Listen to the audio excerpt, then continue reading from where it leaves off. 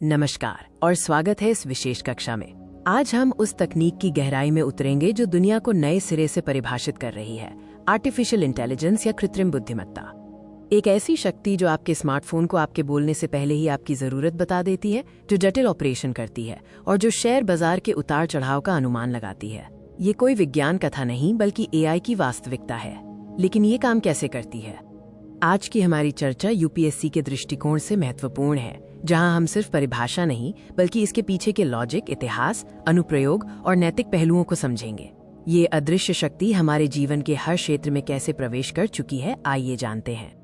Artificial intelligence या कृत्रिम बुद्धिमत्ता का सीधा मतलब है मशीनों द्वारा प्रदर्शित की जाने वाली वो बौद्धिक क्षमता जो सामान्यतः मानवों से जुड़ी होती है। इसमें तर्क करना, सीखना, समस्याओं को हल करना और निर्णय लेना शामिल है। इसका आधार ये विचार है कि मशीनें भी डेटा के आधार पर पैटर्न सीख सकती हैं, अनुभवों से सुधार कर सकती हैं और इंसानों की तरह ही जटिल कार्य कर सकती हैं। ये मशीन लर्निंग और डीप लर्निंग जैसे उपक्षेत्रों पर टिकी है। एआई की औपचारिक शुरुआत 1956 में डार्टमाउथ कॉन्फ्रेंस में हुई, जब महान कंप्यूटर वैज्ञानिक जॉन मैकार्थी ने पहली बार इस शब्द का प्रयोग किया। उनका उद्देश्य एक ऐसा कार्यक्रम बनाना था जो मानव बुद्धिमत्ता का अनुकरण कर सके। ये वो ऐतिहासिक क्षण था जिसने एआई के लिए एक औपचारिक नींव रखी। एआई के 3 मूलभूत स्तंभ हैं: लर्निंग यानी सीखना, रीजनिंग यानी तर्क करना और प्रॉब्लम सॉल्विंग यानी समस्याओं को हल करना। मशीनें एल्गोरिदम और डेटा की मदद से सीखती हैं, तर्क के आधार पर निष्कर्ष निकालती हैं और फिर सबसे प्रभावी समाधान ढूंढती हैं। एआई को उसकी क्षमताओं के आधार पर 2 मुख्य प्रकारों में वर्गीकृत किया जाता है: नैरो या वीक एआई और जनरल या स्ट्रॉन्ग एआई। ये वर्गीकरण समझना यूपीएससी के लिए अत्यंत आवश्यक है, क्योंकि ये वर्तमान और भविष्य के अंतर को दर्शाता है।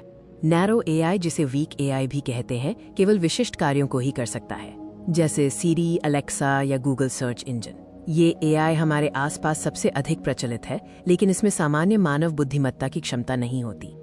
जनरल एआई या स्ट्रॉन्ग एआई वो काल्पनिक चरण है जहां एक मशीन मानवों की तरह किसी भी बौद्धिक कार्य को करने में सक्षम होगी।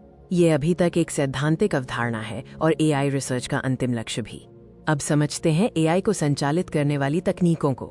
इन तकनीकों में मशीन लर्निंग, डीप लर्निंग और न्यूरल नेटवर्क सबसे महत्वपूर्ण हैं। यही वो इंजन है जो एआई को शक्ति देते हैं। मशीन लर्निंग एआई का वो उप क्षेत्र है जिसमें मशीनें डेटा के आधार पर सीखती हैं।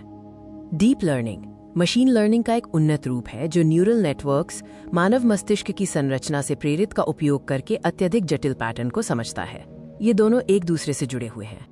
न्यूरल नेटवर्क्स, जो इनपुट और आउटपुट के बीच कई छिपी हुई परतों से बने होते हैं, डीप लर्निंग को संभव बनाते हैं। डेटा एआई के लिए ईंधन है। जितना अधिक स्वच्छ और प्रासंगिक डेटा होगा, एआई उतना ही सटीक और प्रभावी होगा।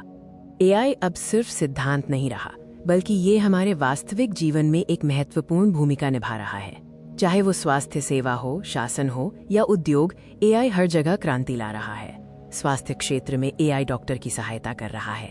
ये मेडिकल इमेजेस का विश्लेषण करके रोगों जैसे कैंसर का जल्दी और सटीकता से निदान कर सकता है। साथ ही ये नई दवाओं की खोज प्रक्रिया को भी गति दे रहा है।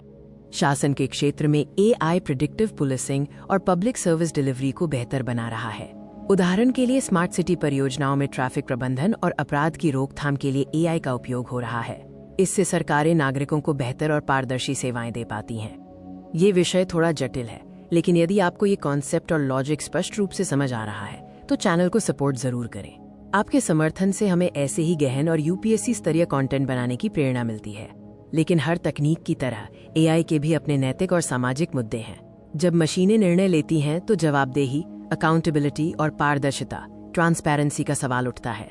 हमें इन चुनौतियों को समझना होगा। सबसे बड़ी चिंता है डेटा प्राइवेसी और एआई में पक्षपात यानी बायस का। यदि एआई को पुराने पक्षपाती डेटा पर प्रशिक्षित किया जाता है तो उसके निर्णय भी पक्षपाती हो सकते हैं। इससे सामाजिक असमानता और बढ़ सकती है। इसलिए एआई गवर्नेंस महत्वपूर्ण है। दूसरी बड़ी चिंता रोजगार विस्थापन, जॉब डिस्प्लेसमेंट की है। जैसे जैसे एआई अधिक कार्य स्वचालित करेगा, कई पारंपरिक नौकरियां खत्म हो सकती हैं। सरकार और समाज को श्रमिकों के पुनः कौशल रीस्किलिंग पर ध्यान देना होगा ताकि वे नई अर्थव्यवस्था के लिए तैयार हो सके। भारत के लिए एआई एक बड़ी क्षमता रखता है, खासकर विकास और समावेशी वृद्धि के लिए। कृषि, शिक्षा और स्वास्थ्य जैसे क्षेत्रों में एआई की तैनाती से बड़े पैमाने पर बदलाव लाया जा सकता है।